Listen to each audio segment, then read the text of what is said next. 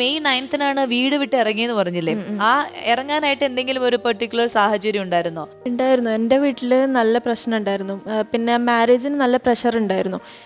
വേറെ ആളെ, അതായത് ഒരു നോർമൽ ഒരാണ്. That's what they'll do usually. അതും എന്നോട് ചോദിക്കുന്നില്ല do you like this person, ഒരു പർട്ടിക്കുലർ പേഴ്സൺ ഇഷ്ടമാണോ എന്നും കൂടി ചോദിക്കുന്നില്ല. ഒരു എന്താ പറയുക, ഒരു ഒബ്ജക്ടിഫൈ ചെയ്യാണ് മൊത്തത്തിൽ. എന്നോട് ഷോർട്ട് ഡ്രസ് ഇട്ടിട്ട് അയാളുടെ ഫ്രണ്ടിൽ വന്ന് നിൽക്കാൻ പറയും.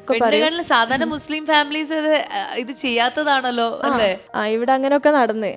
അപ്പൊ ഞങ്ങൾക്ക് തോന്നി ഇത് കൂടുതൽ നിന്നാല് ഓക്കെ ഞങ്ങൾ കൂടുതൽ പ്രശ്നങ്ങൾ വഷളാവും, we have to do something എന്ന് വിചാരിച്ചു. പിന്നെ ഞങ്ങൾക്കാണെങ്കിൽ LGBTQ കമ്മ്യൂണിറ്റീസിനെ കോണ്ടാക്ട് ചെയ്തു ഞങ്ങൾ കുറേ പേരെ. അപ്പോൾ അവരൊക്കെ പറഞ്ഞത് ഇൻഡിപെൻഡൻ്റ് ആയിട്ടേ വീട് വിട്ടിറങ്ങാവും, അല്ലാതെ ഇറങ്ങിയാൽ ഭയങ്കര സ്ട്രഗിൾ ആയിരിക്കും. സ്റ്റെബിലിറ്റി ഇമ്പോർട്ടന്റ് ആണെന്ന് പറഞ്ഞു. ജോലി കിട്ടിയതിന് ശേഷം നിങ്ങൾക്ക് ഇറങ്ങാമെന്നുള്ളൊരു ധൈര്യം വന്നു അല്ലെ? കാരണം ഒറ്റയ്ക്ക് ഇതുപോലെ കൊച്ചിയിൽ ജീവിക്കണമെങ്കിലൊക്കെ ഇവർക്ക് ഫിനാൻഷ്യലി ഇൻഡിപെൻഡന്റ് ആയിരിക്കണമല്ലോ. കാരണം ഈ ഒരു സിറ്റുവേഷനിൽ ഫാമിലി എന്തായാലും ഹെൽപ്പ് ചെയ്യാൻ പോകുന്നില്ല. അപ്പൊ ഈ ജോബ് നേടണം എന്നിട്ട് വേണം ഇറങ്ങണം, അതൊക്കെ നിങ്ങൾ പ്ലാൻഡ് ആയിരുന്നു അല്ലെ? 3 വർഷത്തെ നീണ്ട പ്ലാനിങ്. അതെ, 3 വർഷത്തെ ഒരു പ്ലാനിങ് ആയിരുന്നു. ഇപ്പൊ എന്തെങ്കിലും പ്രശ്നമുണ്ടോ ഫാമിലിയുടെ സൈഡിൽ നിന്ന്? ത്രെട്ട് ഉണ്ട്, ഇപ്പോഴും ഉണ്ട്. ആക്ച്വലി അവരൊരു എക്സ്പയറി ഡേറ്റ് ഇട്ട് വെച്ചേക്കാണ്. ഒരു 2 years, ആദ്യം 2 months ആയിരുന്നു, 2 months കഴിഞ്ഞു പോയി. അപ്പൊ ഇനി അവർ കുറച്ചും കൂടെ വെയിറ്റ് ചെയ്യാണ്. ഇവര് തെറ്റിപ്പിരിഞ്ഞ് ഫാമിലിയിൽ വന്ന് ചേരും എന്നുള്ളൊരു, അത് കാണാത്ത ആ ഒരു ടൈം വരുമ്പോ ചിലപ്പോ ഇനിയും കിഡ്നാപ്പ് പാർട്ട് 2 ഉണ്ടാവും അറിയില്ല. അതായത് ഇങ്ങനെ ഗുണ്ടകളെ വിട്ട് ഭീഷണിപ്പെടുത്തി അങ്ങനെയൊക്കെ കേട്ടു, അങ്ങനെ തന്നെയാണോ?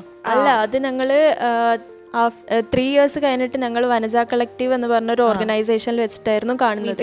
അപ്പോൾ ആ ഒരു ടൈമിൽ വീട്ടിൽ നിന്ന് ഇറങ്ങിയതാണല്ലോ. അപ്പോൾ ഞങ്ങൾ രണ്ടാൾ ഫസ്റ്റ് ടൈം മീറ്റ് ചെയ്ത് അങ്ങനെ അവിടെ എത്തിയതിന് ശേഷമാണ് പാരൻസിനെ വിളിച്ച് അറിയിക്കുന്നത്. ഞങ്ങളിങ്ങനെ ഇവിടെ ഉണ്ട്, ഞങ്ങൾ ഇതാണ് എല്ലാം വിളിച്ചറിയിച്ചു. അപ്പം പാരൻസിന് ഇതൊന്നും കേൾക്കേണ്ട ആവശ്യമില്ല. പാരൻസിന് ലൊക്കേഷൻ സെൻഡ് ചെയ്യണം, ഞങ്ങൾക്ക് അവിടെ എത്തണം, കുട്ടീനെ കിട്ടണം, അത് മാത്രമേ ഉള്ളൂ. അങ്ങനെയാണ് ഇവർ വന്ന്, എൻ്റെ ഫാമിലി ആദ്യം വന്ന്, അങ്ങനെ ഇവർ കുറേ ബ്ലാക്ക് മെയിൽ ചെയ്ത്. എൻ്റെ ഉമ്മൻ്റെ സിസ്റ്റർ പറഞ്ഞു, നീയൊക്കെ കുറച്ച് കഴിഞ്ഞാൽ ഒന്നെങ്കിൽ തൂങ്ങിച്ചാവും, അല്ലെങ്കിൽ വല്ല റെയിൽവേ സ്റ്റേഷനിൽ തലവെക്കേണ്ടി വരും, അങ്ങനെയൊക്കെ പറഞ്ഞു. കുറേ അബ്യൂസീവായിട്ടുള്ള വേർഡ്സ് യൂസ് ചെയ്തു, അത് വേറെ കാര്യം. പിന്നെ കോഴിക്കോട് ആദ്യമായിട്ട് പോകുമ്പോൾ കിട്ടുന്നതാണ് ഈ അബ്യൂസീവായിട്ടുള്ള വേർഡ്സ് എനിക്ക്. ഓ അത് ശരി. പിന്നെ ആ ഒരു ടൈമിലാണ് ഞങ്ങൾ അറിയുന്നത്, ഏതെങ്കിലും ഒരു വീട്ടുകാരെ കൂടെ പോയിട്ടില്ലെങ്കിൽ എൻ്റെ വീട്ടുകാർ പൈസയൊക്കെ കൊടുത്ത് ഗുണ്ടകളെ സെറ്റാക്കി വെച്ചിട്ടുണ്ടായിരുന്നു.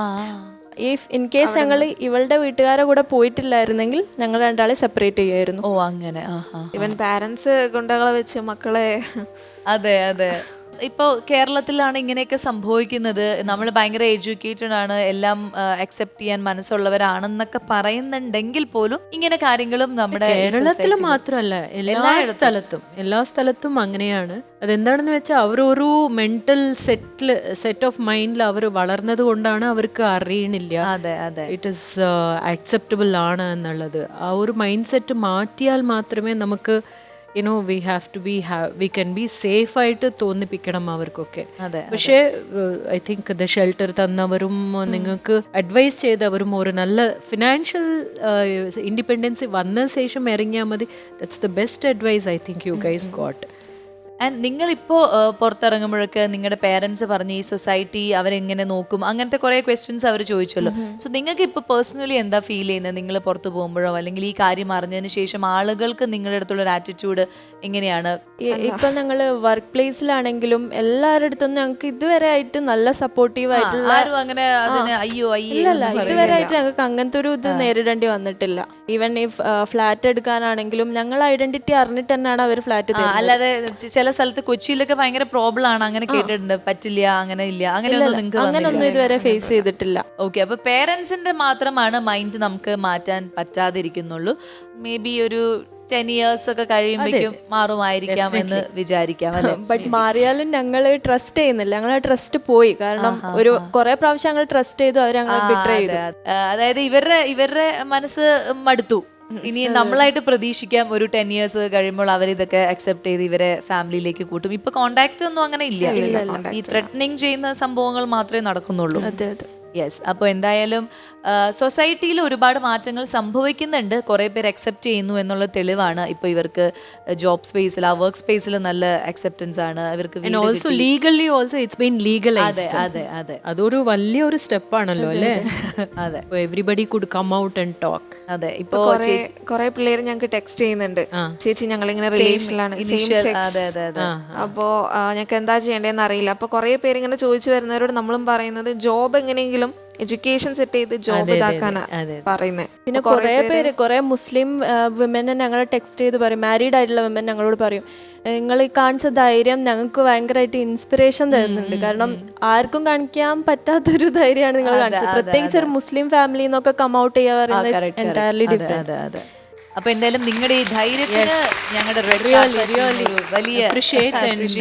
അത് മാത്രമല്ല, ഇനി ആർക്കെങ്കിലും ഇങ്ങനെ ഒരു പ്രശ്നം വരുമ്പോ, പ്രശ്നം ഫ്രം ദി ഫാമിലീസ് വരുമ്പോ they can look up to you. അതെ അതെ. So just be strong and you are a great example. ഇത് കാണുന്ന പ്രേക്ഷകരോട് അല്ലെങ്കിൽ സൊസൈറ്റിയോട് പറയാനുള്ളതെന്ന് വെച്ചാൽ ജീവിക്കാനുള്ള അനുവാദം എല്ലാവർക്കും ഉണ്ട്. അതെങ്ങനെ ജീവിക്കണം എന്ന് അവരവർ സ്വന്തം തീരുമാനിക്കട്ടെ. അങ്ങനത്തെ ഒരു സൊസൈറ്റി ആയിട്ട് നമ്മൾ മാറണം. അതെ, എല്ലാവരെയും അക്സെപ്റ്റ് ചെയ്ത് ഹാപ്പി ആയിട്ടുള്ള ഒരു വേൾഡ് ഉണ്ടാകണം. അല്ലെങ്കിൽ എല്ലാ മനുഷ്യരും അങ്ങനെ ഒന്ന് ചിന്തിച്ചു കഴിഞ്ഞാൽ കുറേ പ്രശ്നങ്ങൾ മാറും. അതേമാതിരി പേരൻസിനോടും നമുക്ക് പറയാനുള്ളത് എന്താണെന്ന് വെച്ചാൽ, it is not a disease. അതെ, it is not a condition, it is very natural. Sometimes you have to accepting the truth is the best thing to do. Correct. നിങ്ങൾക്ക് എന്താണ് നമ്മുടെ പ്രേക്ഷകരോട് പറയാനുള്ളത്? ഈ ഒരു വേദിയിലേക്ക് ക്ഷണിച്ച ഞങ്ങൾക്ക് ഒരുപാട് താങ്ക്സ് ഉണ്ട്. Thank you so much. പിന്നെ രോഹിണി മാമിനെയും സ്വാസിക മാമിനെയും ഒക്കെ മീറ്റ് ചെയ്യാൻ പറ്റിയത് തന്നെ വലിയൊരു കാര്യം. പിന്നെ സൊസൈറ്റിയോട് ഞങ്ങൾക്ക് പറയാനുള്ള എന്താ വെച്ചാൽ, പാരൻസിനെ പേടിച്ച് അതുപോലെ തന്നെ സൊസൈറ്റീനെ പേടിച്ച് കുറേ പേര് ഫീലിങ്സ് സപ്രസ്ഡ് ആക്കിയിട്ട് നിൽക്കുന്ന പേര് കുറേ ഉണ്ട്.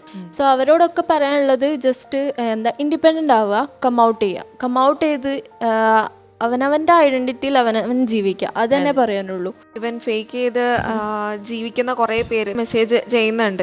അവർ പറയുന്നത് ഇപ്പോൾ ഭയങ്കര സ്ട്രെസ്ഡ് ആയിരുന്നു, ഇപ്പൊ എടുത്ത ആ ഒരു മാരേജ് എന്ന് പറയുന്ന ആ ഒരു ഡിസിഷൻ തെറ്റായിരുന്നു എന്ന് ലേറ്റർ ഓൺ ആണ് അവർ റിയലൈസ് ചെയ്യുന്നത്. അപ്പൊ റിഗ്രറ്റ് ചെയ്യുന്നതിനും നല്ലത് നേരത്തെ ഒരു ഡിസിഷൻ എടുത്ത്. അതെ, രണ്ടുപേരുടെ ജീവിതം കൊളാക്കണ്ടല്ലോ. അല്ലേ? എനിക്ക് നിങ്ങളോട് പറയാനുള്ളത്, നിങ്ങളെ പോലെ കരുത്തുറ്റ തീരുമാനങ്ങൾ എടുക്കുന്ന ധീര വനിതകൾക്കുള്ള വേദിയാണ് നമ്മുടെ റെഡ് കാർപ്പറ്റ്. അപ്പൊ സ്ത്രീകൾക്ക് വേണ്ടി സംസാരിക്കുന്ന, സ്ത്രീകൾക്ക് വേണ്ടിയിട്ടുള്ള ഈ വേദിയിൽ നിങ്ങളെ രണ്ടുപേരെയും ഇത്രയും ചെറിയൊരു പ്രായത്തിൽ തന്നെ ഇൻട്രൊഡ്യൂസ് ചെയ്യാൻ സാധിച്ചതിൽ ഒരുപാട് സന്തോഷം. അപ്പോൾ ഓൾ ദി വെരി ബെസ്റ്റ്. നിങ്ങളുടെ ലൈഫ് അടിച്ചു പൊളിക്കൂ. എന്തായാലും ഒരു സമ്മാനം തരാം, അത് വാങ്ങിക്കാം. ഓക്കെ.